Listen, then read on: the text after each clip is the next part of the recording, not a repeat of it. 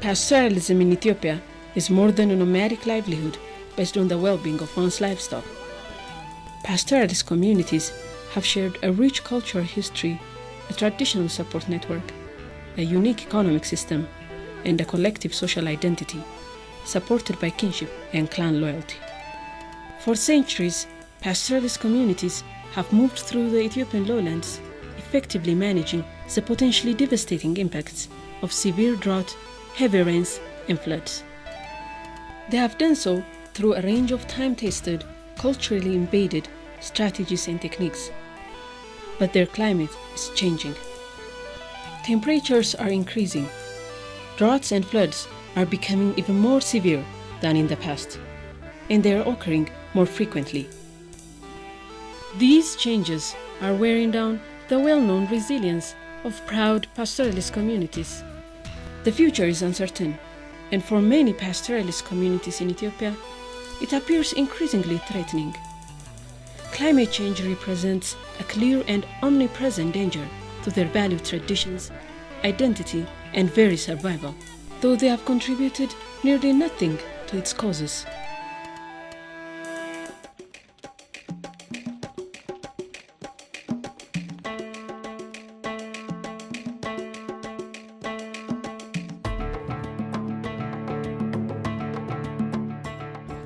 وأرهم ويدر جرنا بارو لكن سنة مرخ أيضا سنة كتنبأ يالك كبسن جرو روب بدنا نجر هم كسنة بسنة كتن بيوم بكسي يرانا سيدنا سامي دي حوالي يمكن نالين يعني أنا كمان ما ندررني يبينا سانونا نابين إنه حقنو كحيا ودرك أبارة حقنو كحيا ودرك أبارة. Pastoralist communities are being hit hard by the negative impacts of climate change.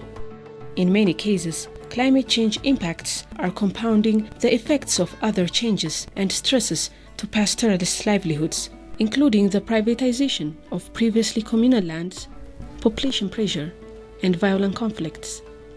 The cumulative result is that pastoralists' capacity to adapt to a changing climate is undermined. Duri Borana rakkoon qab rakkoon marraa bishaaniiti. Bishaan kun ammoo gooma deema. Marri kun ammoo tokko jijjiiram qilleensaa illee ni jira. Rakkoon namni lafa guddate lafti haloo fi oobruun qabamte illee ni jira. Rakkoon namni qabu guddoo rakkoon marraati. Barana mooyyala roobe garaan hin buune cufitti godaana achi wal balleessa. Har'a ammoo warri waasoo illee cufin dhufe laftan keessa. Ka keenya keessaa illee cufi laftan keessa jira. Qubate har'a 60 armaan. Har'a gar 120 armaan fuula cufi wal kee godaana. Amma deebi'i waggaa irraa waraanilleen kee dhufe waan diqqoo sila coconcannee gargalchinee shalshaallee harama jalaa buqqifne kaani jissinee biraa baqannee nurra bade nu qotanneem sila facaafannu rooba irra dhaabeam muluu roobayyuun dhabam lafti duwwa san gartan duwwa gar tokkumaan jira.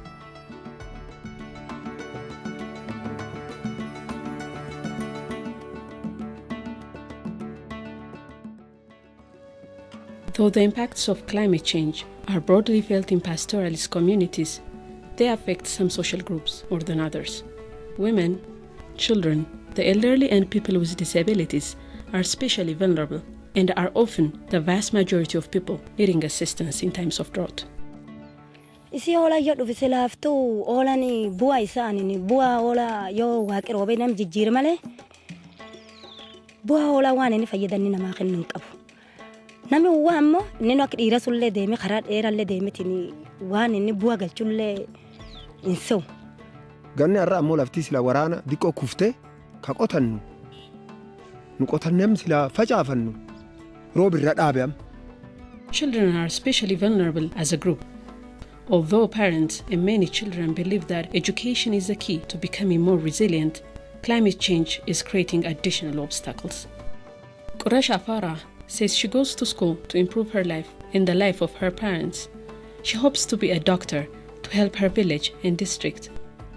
wuxuu saameeyay wuxuu xaga reerkayga wuxuu ku saameeyay maxaan ku raday dadkii kolka okay mid iyo meel kolku ka socday kolka dadkii waxaba kolku iswaaya kolka saas buu dadkii dhibaato weyn ku sugan dadkii meel kooda ursanay meel wada joogay halkaa ku hursanaanaya iyo ku hursanaan lahaya yaaba kala tegay markaas aniga xaggeega anaga waxa noo saameysay kolkaa reerkeygu meeshii ka tegay anagana markaa waxaan loo geynayaa xaafado kale dee markaa waxaan dareemaba dhibaatooyin waaweyn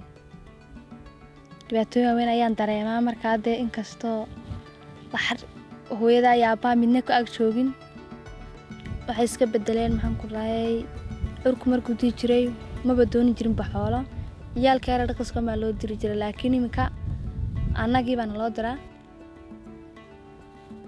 adhina wax laguma dhex akhri karayaba basona adhigayga iyo habeenkiisu habeenkiina anuu iska daala markaan soodo waan iska seexanayaa saas bay yahay waxbarashadaydii dee dhakhtarka markaan iskoolka iga dhammeeyo unbaan dee noqon karaa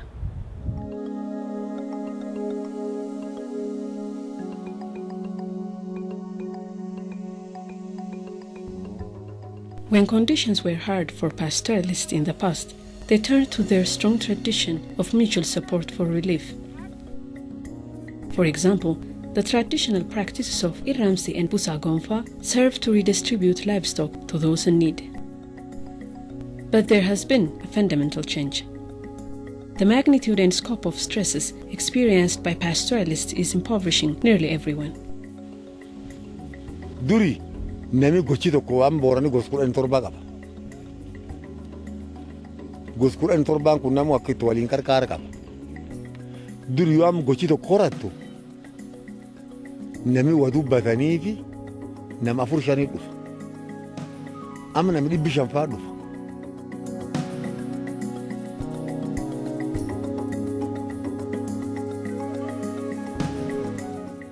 Pastoralists are pursuing a wide range of activities to help them adapt to worsening patterns of extreme weather and erratic rainfall. For example, they're diversifying their livestock to keep more drought-resistant animals like camels or goats, digging deeper traditional wells and boreholes, using donkeys to transport water long distances, setting aside reserve pasture for times of severe drought, and engaging in alternative livelihoods such as haymaking, petty trade, masonry work, firewood or charcoal selling, and farming. The government of Ethiopia, together with development partners and non-government organizations, are supporting many of these activities because they can help pastoralists maintain their well-being despite mounting pressures. Amma nami beeta boqon fi rogo frakon guddo wana magarsiifte. Am nami akkuma jirutti loonu micallaati se guddo eegachuu lalakis. Duri am loon tisite osarri manana de khanum eegat. Am nami hinchecho. Kaanam duuba jijjiiran fide. Jijjiiran fide ma mumma isaa irratti boorani duri loon 500 irra duwanii duwwaafa. Am nami loon 200 qabu birri 67 baankiin qaba. waxaan ku loo arban lahayn baan ku ari 300 oo neefan lahayn loodana 20 baan lahayn geelana 5 baan lahayn imakana waxaan noqon baa ka noo geelado 4 neefan oo nool geelu ma sii dhamaan laakiin loodayyo waxa naga dhamaaday arigi maadaama roob laan dhacday dee abaar waxay cunaan ma jiro dhulka daaq ma jiro ma daaq laanta bay iskaga dhamaadeen dee cudurro iyo waxaan ka ku dhacay hadda marka geelo geel yar ku nool iyo garaska waxa cunaya maayne xoolaha kale waxay cunaan ma jiro biyaha gees soo celi annagii iyo ciyaalkeygii waan ku daba dhimanay xoolihii baan raacnay dadaan naabinay ilaahay uu naga reebay dee halkaasaan wadwadnay wada baqtiyeen dee annaga iskaga soo hadnay ka fadhiisanay dhulka dee imika deegaan baan ka noqono annaga iska fadhiisanay iska degno imika dee hawlka aan ku dadaalo noo baxo annagu waan ka soo reynaa sidii si ka roon baan oo dhibaatadii aan ka soo kabanaynaa.